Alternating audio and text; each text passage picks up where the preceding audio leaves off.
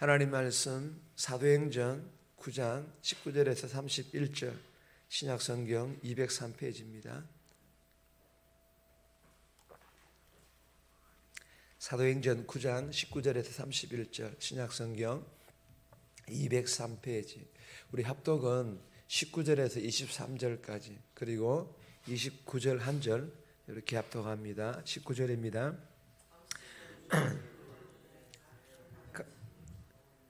다울이 다메섹에 있는 제자들과 함께 며칠 있을새 즉시로 각 회당에서 예수가 하나님의 아들이심을 전파하니 듣는 사람이 다 놀라 말하되 이 사람이 예루살렘에서 이 이름을 부르는 사람을 멸하던 자가 아니냐. 여기 온 것도 그들을 결박하여 대제사장들에게 끌어가고자 함이 아니냐 하더라. 사울은 힘을 더 얻어 예수를 그리스도라 정언하여 다메섹에 사는 유대인들을 당혹하게 하니라. 여러 날이 지나며 유대인들이 사울을 죽이기를 공모하더니 29절입니다. 또 주 예수의 이름으로 담대히 말하고 헬라파 유대인들과 함께 말하며 변론하니 그 사람들이 죽이려고 힘쓰거늘. 아멘. 오늘 월요일 이 새벽에 새벽 예배 나오신 여러분들을 주님의 이름으로 환영하고, 월요일이 제일 힘든 날인데 이렇게 나오셔서 감사하고 오늘 각자에게 예배되어진 하나님의 은혜 받아 누리시기를 소망합니다. 자, 오늘 제목은 박해자가 사명자가 되다.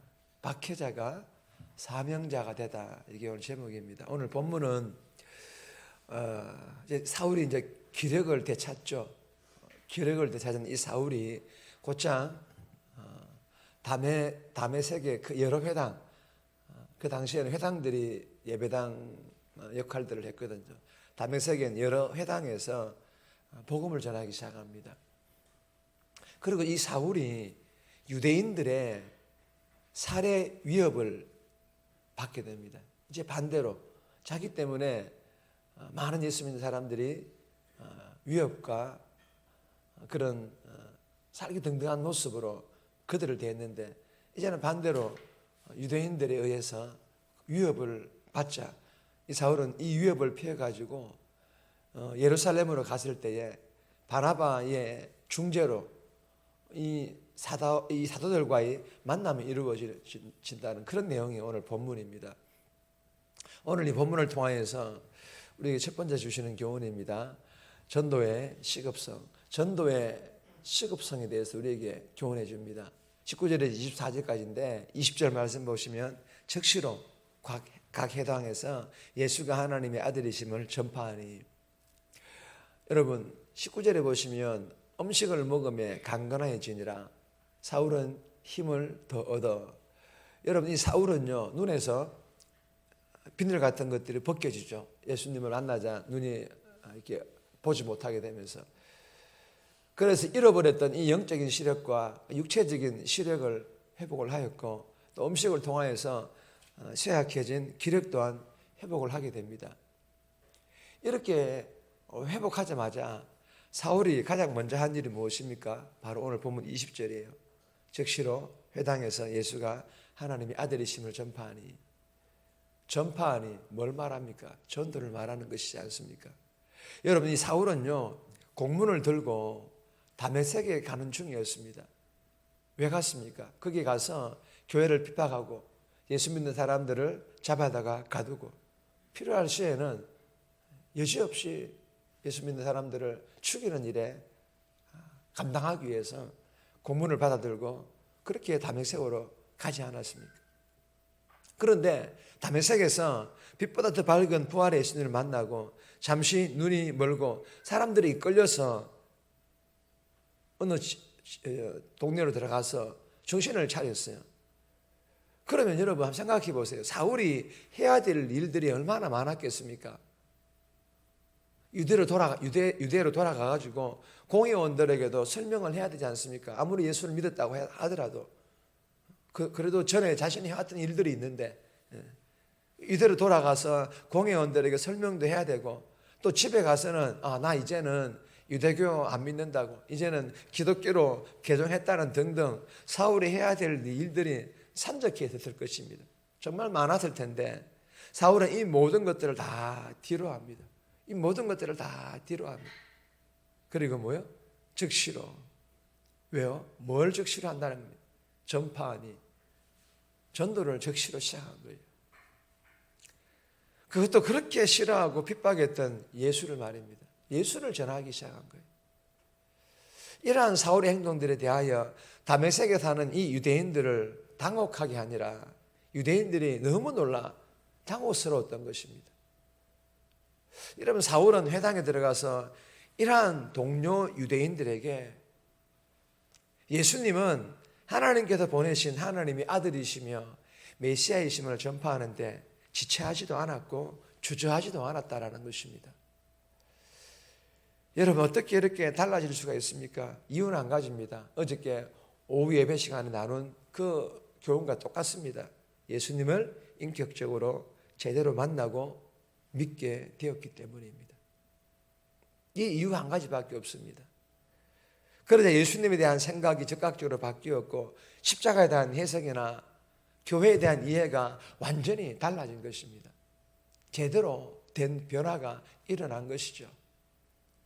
여러분, 이것이 성경에서의 회심이며 다시 태어난 증거입니다. 사랑하는 여러분, 오늘 본문을 통하여 우리에게 주시는 교훈은요, 예수님을 인격적으로 제대로 만나고 믿어야 한다라는 거예요.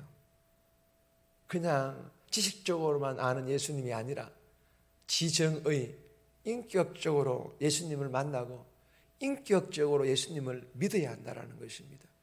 그리고 나의 가치관들이나 나의 생각들이 완전히 변화되어져 가야만 합니다.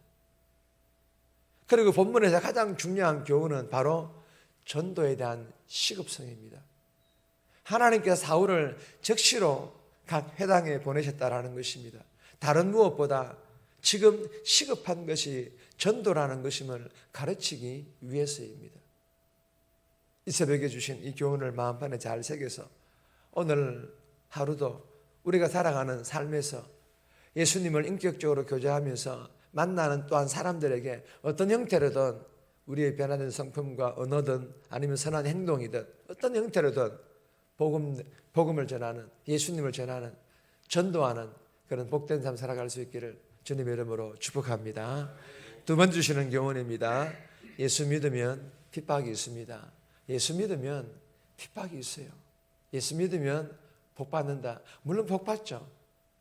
그러나 실제로 복보다 어려움들이 더 많아요.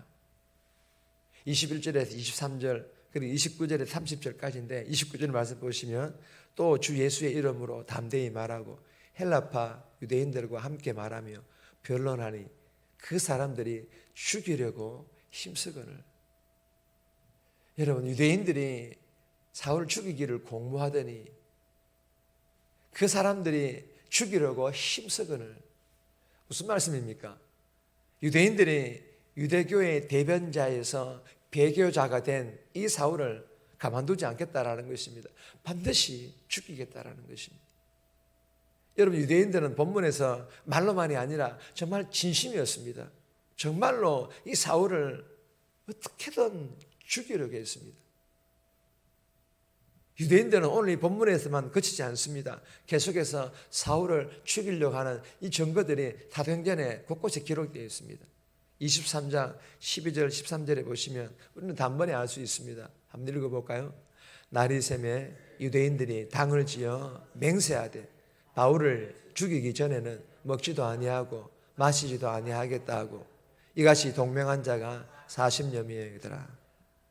여러분, 사울을 향한 살해와 위협은 다메섹에서 끝나지 않았고 예루살렘의 유대인들도 사울을 죽이려고 했었습니다.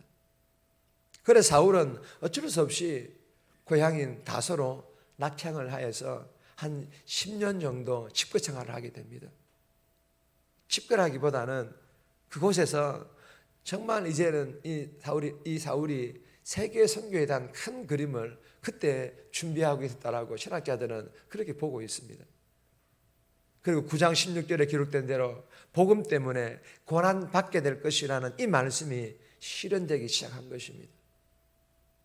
여러분, 예수를 박해하던 자가 예수를 위해 박해받는 자가 된 것입니다. 이제 예수의 제자가 되었다라는 증거입니다. 사랑하는 여러분, 주시는 교훈이 무엇입니까? 예수 믿으면 물질의 복, 문제가 해결되어지는 만사형통의 복을 받는 것이 아니라는 거예요. 예수 믿으면 죄송합니다. 피곤해요. 힘들어요. 모든 것들을 다 바꿔야 돼요. 이전 생활에 그 모든 생활 패턴들을 다 바꿔야 돼요. 생각하는 것들도 바꿔야 돼요. 다 바꿔야 됩니다. 변화가 되어야 되기 때문에 그렇게 힘들 수밖에 없고 피곤할 수밖에 없는 거예요. 그리고 이 사람들이요, 예수를 제대로 믿어보세요. 왜 이 사울이 힘든 줄 아십니까? 예수를 제대로 믿으니까 사람들이 가만두지를 않는 거예요. 유혹하고 미혹하고 어떻게든 꼬꾸라뜨리려고.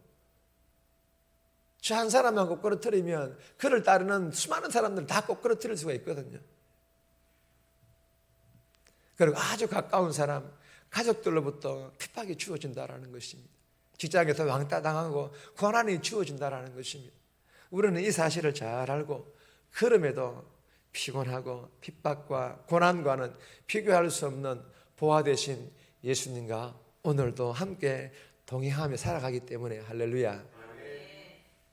그것이 복된 삶인 줄 믿고 오늘 하루도 그 예수님과 함께 즐거운 발걸음할 수 있기를 주님의 이름으로 축복합니다. 세 번째 주시는 경우는 간단하게 제가 말씀 보겠습니다. 세 번째는 중재자 역할의 소중함. 중재자 역할의 소중함. 27절에서 28절인데 이런 복음 전도의 사명을 위한 사울의 행보에 돕는 사람들이 참 많았죠. 바나바가 이 사울을 데리고 사도들에게 가서 중재 역할들을 하죠. 여러분, 다메섹에서는 아나니아가 사울을 도왔다면 예루살렘에서는 이 바나바가 사울을 도왔습니다. 사울은 아나니아의 도움으로 눈을 뜨게 되었고 그리고 다메섹의 제자들과 함께 할 수 있었습니다. 그리고 예루살렘에서는 바나바의 중재가 없었더라면 예루살렘에 있는 그 사도들과도 교제도 불가능했을 것입니다. 여러분, 아나니아와 이 바나바는 박해자 사울에 대한 의혹과 경계를 환대와 연대로 함께하는 것으로 바꿔준 사람들입니다. 여러분, 나를 통해서 누군가가 하나님의 일꾼이 되고 그리고 그들의 은사들을 발휘하면서 적절한 자리와 역할들을 찾아가도록 그렇게 중재하며 돕는 자, 교회는 반드시 필요한 줄 믿으시길 바랍니다. 그 사람이 내가 되기를 위해 기도하시고 그렇게 저와 여러분들이 정말 중재자 역할들을 멋지게 해냄으로 말미암아 우리 대명교회가 여러분들을 통하여서 건강해지고 더 부흥하는 교회로 세워져 갈 수 있기를 주님의 이름으로 축복합니다. 네 번째 주시는 교훈은 제목만 있습니다. 경외함과 성령의 능력. 31절인데 개인적으로 꼭 묵상하시기 바랍니다. 정리합니다. 오늘도 삶에서 예수님과 인격적으로 교제하며 만나는 사람들에게 다양한 형태, 변화된 성품과 언어와 선한 행함을 통해서 전도하는 삶 살아가게 해달라고. 예수 믿으면 핍박과 왕따와 같은 고난이 주어진다는 것을 알고 그럼에도 핍박과 왕따와는 비교할 수 없는 보화 되신 예수님과 함께 동행하는 삶 살아가게 해달라고 이 새벽에 기도하며 오늘 하루 살아갈 수 있기를 주님의 이름으로 부탁드립니다.